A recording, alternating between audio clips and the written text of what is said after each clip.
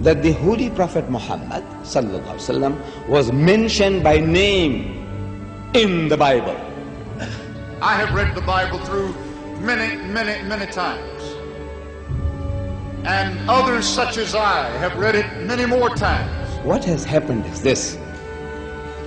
The Old Testament, according to Christian authorities, was preserved in the Hebrew language. In the Old Testament, in the Song of Solomon, chapter 5, verse 16, in the Hebrew language, it reads, Hikko mamittakim vi kullo Muhammadim zahdudi vi zahra'i bayna Jerusalem. Song of Solomon, chapter 5, verse 16. The word Muhammadim is Muhammad, im, I-N-M. Im is a plural of respect in Hebrew. You see the first verse of the Bible, book of Genesis, chapter 1, verse 1. It says, in the beginning, God created the heavens and the earth. The word God in Hebrew there is Elohim. In Hebrew, El stands for God, Elah stands for God, Elohim is a plural form to say with awe, respect and reverence, plural of respect.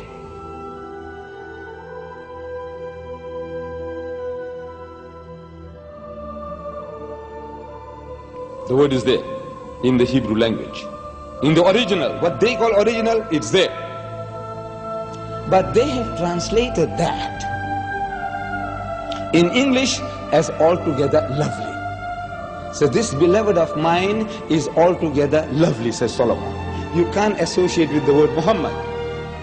You read it 1,000 times, altogether lovely, altogether lovely. Or let's say in another language, the praised one, the praised one. Muhammad means the praised one. But he said the praised one, the praised one. You can't think that he's talking about Muhammad, though Muhammad means the praised one.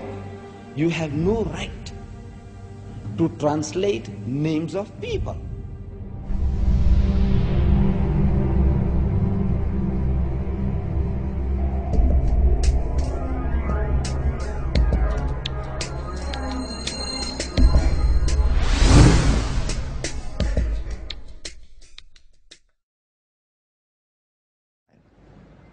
إذ قالت الملائكة يا مريم إن الله يبشرك بكلمة منه اسمه المسيح عيسى بن مريم.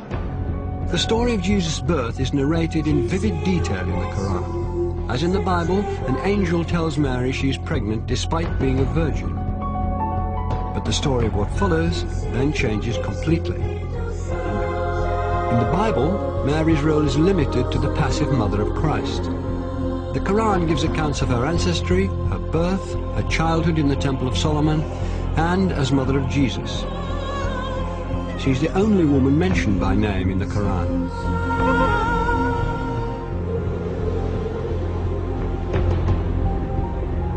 The ability to talk as a newborn child is one of many miracles not recorded in the biblical account of Christ's life. We have more sayings in the Islamic tradition about Jesus than you'll find in the Gospels themselves. So there is a possibility that other things did happen. There were many Gospels around that didn't all make it into the New Testament. And the Church tried to limit the number of Gospels. In the Christian narrative, the most central and fundamental point of Christianity is the death and resurrection of Jesus Christ. Well, Islam basically denies that. وقولهم إنا قتلنا المسيح عيسى بن مريم رسول الله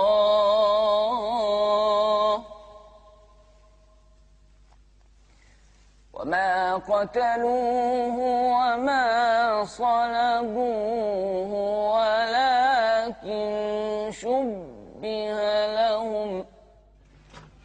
To find the story of Christ's crucifixion and resurrection being changed is too much for some Christians. Jay Smith is an evangelical Christian who spent 25 years studying Islam.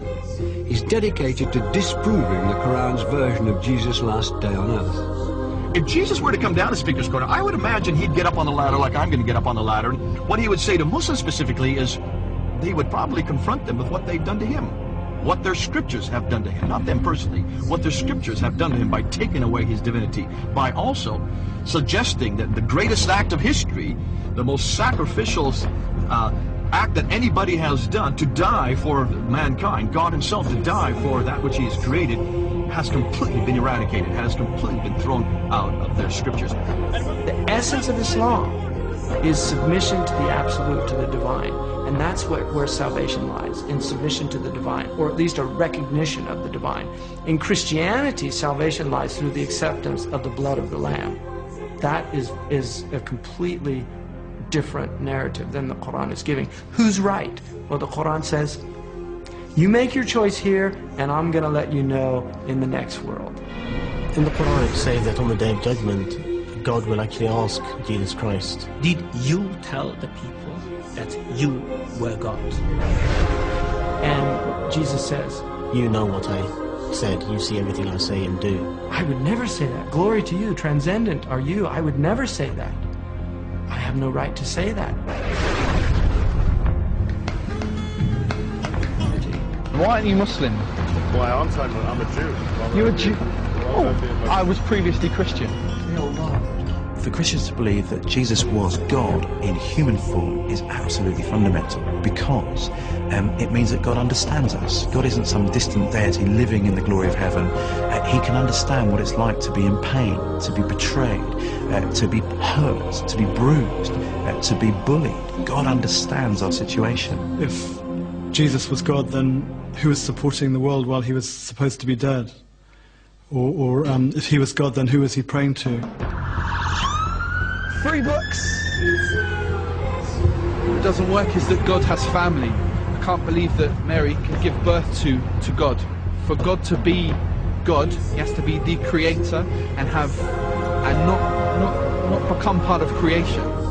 Officials act that anybody has done to die for mankind, God himself to die for that which he has created, has completely been eradicated. But God is not bound in the frame of reference. He's the creator of time. Time is a creation of God. Matter is a creation of God. These are transient entities. Transient entities cannot come into existence by themselves. So when we talk about frame of reference, we must clearly understand that every time we ask questions about God in time, knowing the future, we have to be very careful in how we're defining this terminology. For God's knowledge of the future, of my future, is absolute in his domain. He knows everything. But he's not bound in the time where he is experimenting himself, for he's not bound in space, time, or matter. Those are created entities which he has put into it. So for me to put him into it would be also very wrong.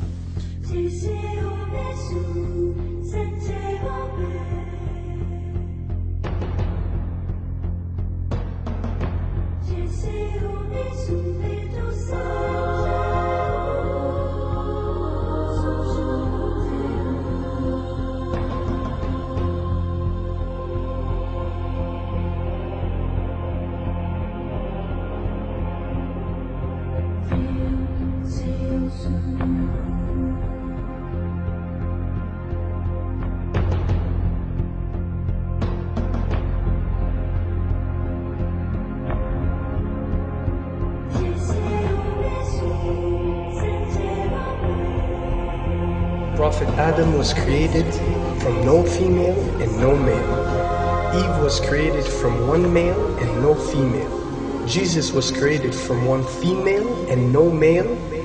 And all of us have been created from one male and one female. These are 4 examples for us to benefit from, to understand the divinity of our Creator.